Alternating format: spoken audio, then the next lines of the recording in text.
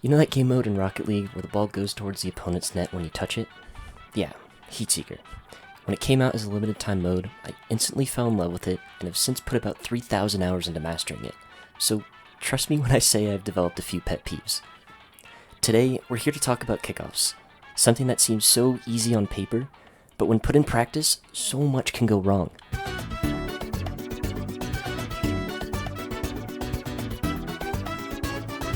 If you decide to queue the Heatseeker limited time mode on your own, chances are that on every kickoff, your random teammate is going to spam "I got it" and make a beeline for the ball, only to hit it straight to the other team, accomplishing absolutely nothing but giving them a free ball they can set up however they like. Obviously, this is not a good idea. However, things are actually not that much different in most competitive Heatseeker kickoff strategies. So how do we fix this? Well, I want you to do something you haven't done before on a kickoff. Use your brain. Think about it.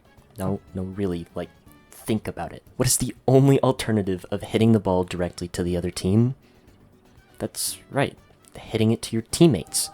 It's almost as if hitting the ball to your teammates not only doesn't give the opposing team a chance to set something up, but it also gives your team possession of the ball and a chance to score. Great. Now that we know all this, let's introduce Jeffrey. Jeffrey is your average ranked Heatseeker player and is eager to prove himself on the field. Let's see how Jeffrey passes the ball in kickoffs.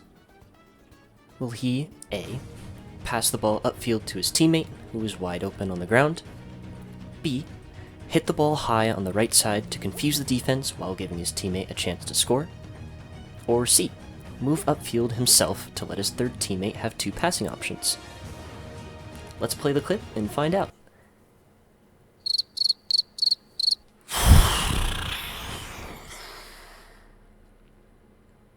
Okay, maybe passing the ball to your teammate isn't as easy as it seems.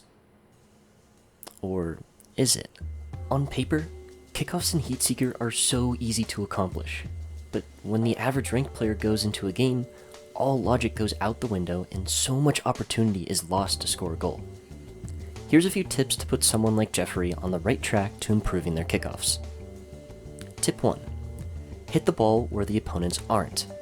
Pay attention to where your opponents are at all times, but especially during kickoffs as the ball is at its slowest speed, significantly increasing the chances of an interception.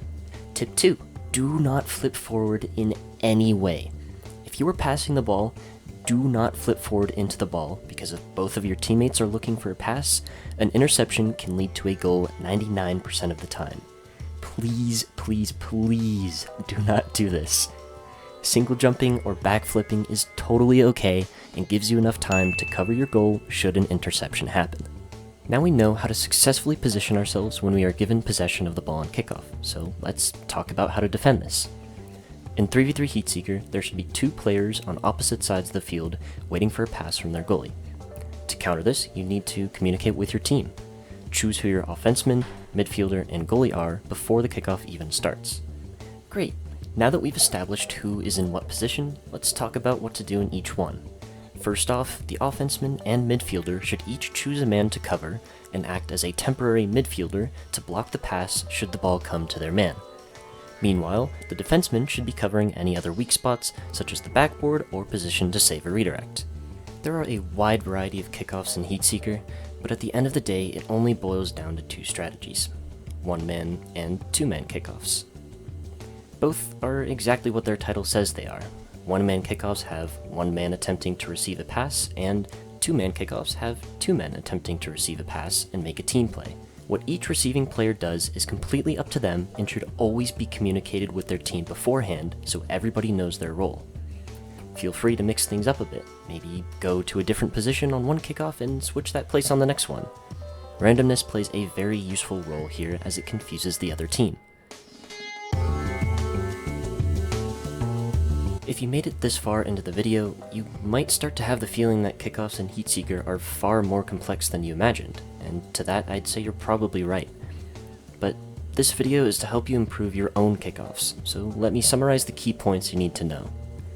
Possibly the biggest thing you need to keep in mind when passing the ball in a kickoff is the fact that you should almost always prioritize hitting the ball where the opponents aren't. This keeps things simple and almost guarantees your kickoff won't be intercepted. Never overcommit as the passer. There's never a need to flip forward into the ball on kickoff. This only puts you out of position and makes it very easy for the opposing team to score if your pass is intercepted. Communication is key.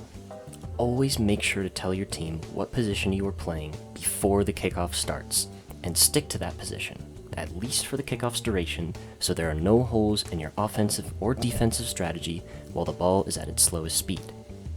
Here are some team quick chats that have been standardized in the Heatseeker community for identifying which position you say you are playing. So there you have it, a complete guide to kickoffs in competitive 3v3 Heatseeker. If you enjoyed this video or learned something, feel free to like, share, and subscribe to see more content like this, as I have some ideas for guide-type videos. And if you feel like I missed anything or want to ask questions, let me know in the comments, or refer to the positional videos I made a little while back, or Clexic's basic tutorial video for Heatseeker. I'll link these in the description, but that's all I have for you today. Thanks for watching, and I'll see you next time.